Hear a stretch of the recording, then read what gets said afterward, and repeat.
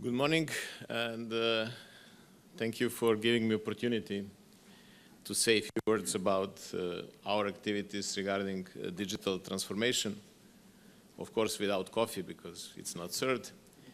But I will start with the point that whenever people are asked what is our organization, OBSE, all of them throughout our area will know to tell you that this is an organization for dialogue and cooperation. So that dialogue which we have every day among us sometimes is much more easier when someone is serving you coffee.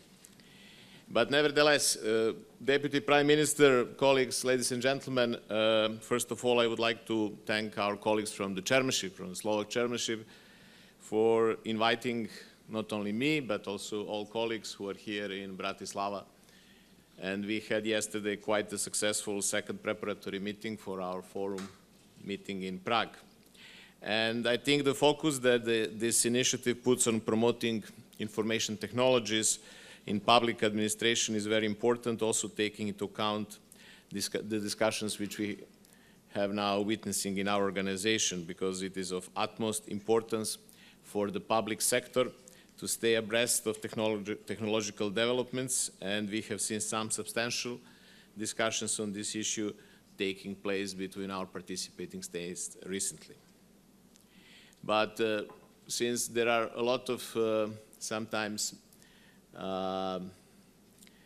differences between OECD and OSCE, and some people are mixing these two abbreviations and also two organizations, I would like to just give you a small and short presentation of our organization so that you can understand what we are doing and what we are talking about. We are the largest regional security organization where we have 57 participating states, and our decision-making process is done by consensus, which means that all of us, all 57, has to agree. Of course, perhaps we are, and what was said in the introductions, we are sometimes most known for our monitoring missions, our involvement throughout the whole conflict cycle, from conflict prevention, post-conflict rehabilitation, or perhaps sometimes for our election observations. But from the very beginning of the organization in '75 in Helsinki, we have looked at security from a comprehensive angle, encompassing not only so-called hard security issues or human rights, human dimension, but also economic and environmental issues which are relevant to the security. The three-dimensional nature of the OBSE is a key importance for keeping a balance and thus enabling consensus. But what is exactly the link between economic issues and security as we are then seeing in our organization? Over the years, participating states have given us a stable mandate, for instance, in good governance, as the basic condition for greater stability, predictability, and enhanced trust between states. Moreover, we are very active in preventing and combating corruption. In today's globalized and highly interconnected world, corruption represents one of the greatest challenges to security and a major obstacle to sustainable development, since it reduces the attractiveness of the investment climate and impedes economic growth and trade. Another area is, for instance, connectivity and trade. Participating states have established a relationship between the harmonization, standardization, and simplification of trade procedures, as free trade and the connections it established between society will support and create more trust and security. The daily technological progress we are witnessing quickly developing into artificial intelligence is, of course, strongly impacting on economic security, touching upon all aspects of our lives. In its scale, scope, and complexity, this transformation, both with its opportunities and challenges, will be unlike anything experienced before. Although we still do not know how it will unfold, one thing is clear. The response should be integrated and comprehensive, involving all stakeholders, from the public and private sectors to academia and civil society. And there is no doubt that technology is driving historical levels of transformative change whose consequences, however, are still to be fully understood. One of the most disruptive consequences could be the impact on work. The progressive expansion of non-standard employment has a number of detrimental effects on many aspects, including on employment security, occupational health and accident insurance, social security, training, education, with consequences on the quality and quantity of jobs, particularly for youth. In such an increasing volatile business climate, there is a strong need to rethink corporate governance as well as public-private partnerships to steward a technological transformation that is fair and leaves no one behind. Technology and innovation promote economic growth, increase the efficiency of the public sector, improve governmental services, and enrich the lives of all citizens. But technology and innovation also implies the need to manage the unequal distribution of the gains stemming from digitalization and the impacts of such gains among countries, social groups, productive sectors, and skill levels.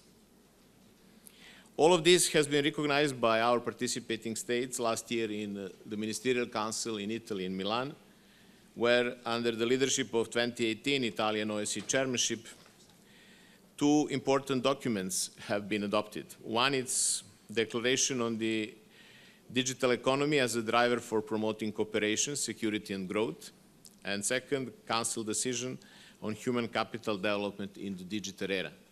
In particular, the Ministerial Council declaration recognized, and I quote, "Digital transformation is having a positive impact on our economies and societies, and so has the potential to enhance our cooperation within the economic and environmental dimension, with the view to fostering sustainable and inclusive economic growth and development, connectivity, transparency, and accountability." This year's the Slovak chairmanship of the OSCE has also put focus on the implications of new technologies on the economy. This is a very welcome decision, considering that technology and innovation are top priorities in almost all of participating states. It allows us to continue and strengthen our work to support participating states in harnessing the benefits of digital technologies. One good example is public administration across the OSCE region.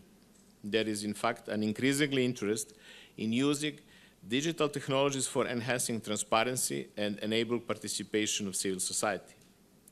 Asset declaration is obligatory for more and more public officials across the whole OSCE area. Making asset declarations publicly accessible via internet is a powerful tool to enhance compliance and promote good governance. Another area is for sure public spending, a tool that can be leveraged at the local level. Many of our participating states are now designing digital solutions for participation in this regard. Regulatory activities at the municipal level, such as the granting of construction permits, are also prone to corruption. Digital platforms can enhance transparency, empowering law enforcement and civil society to address it. Connectivity and trade, as I mentioned, is another area which we support public administration of participating states in adoption of digital technologies. In many of them, speed and security of procedures at the border can be enhanced significantly by digitalizing documents or by moving to paperless trade, and we heard from the Deputy Prime Minister of Slovakia this morning what Slovakia is doing on paperless strategy. In addition, rapidly emerging cross-border e-commerce and the changed trade flows that it generates also presents new challenges to public administration at the border. We have been supporting many of the participating states in finding the right approach to the adoption of digital technologies at the policy, legal, and technical level. Of course, as a security organization, first and foremost, the OSCE is also addressing the transnational risk and threats of the digital transformation. The darknet and cryptocurrencies hold new challenges for public administration, such as money laundering and facilitating the smuggling of narcotics, weapons, and other illicit drugs. We have then been more active in training law enforcement officials of a number of participating states in this regard. Ladies and gentlemen, we are all aware that the challenges and opportunities of the fourth industrial revolution are not easy to balance. The impact on economic security could potentially be disruptive if the technological change does not deliver on its premises. We cannot afford the digital gap to become yet another dividing line in the current regional and global scenario. New technologies can help changing perspective, generating hope, connecting us, and triggering a new story about how we want to live. Indeed, we are all part of this story, and we are all responsible for the outcome. The closer we cooperate, the bigger difference we can make. So I warmly welcome this opportunity which is offered today to us to be at least partially here and to listen and to discuss the prospects for enhanced cooperation in this area, in the area which is already shaping our present and of course our future. And let me express my first and foremost personal appreciation to the Slovak chairmanship for our excellent cooperation, and also on behalf of the Secretariat of the OSCE, I wish that your conference be fruitful and that you have very successful deliberations. Thank you very much.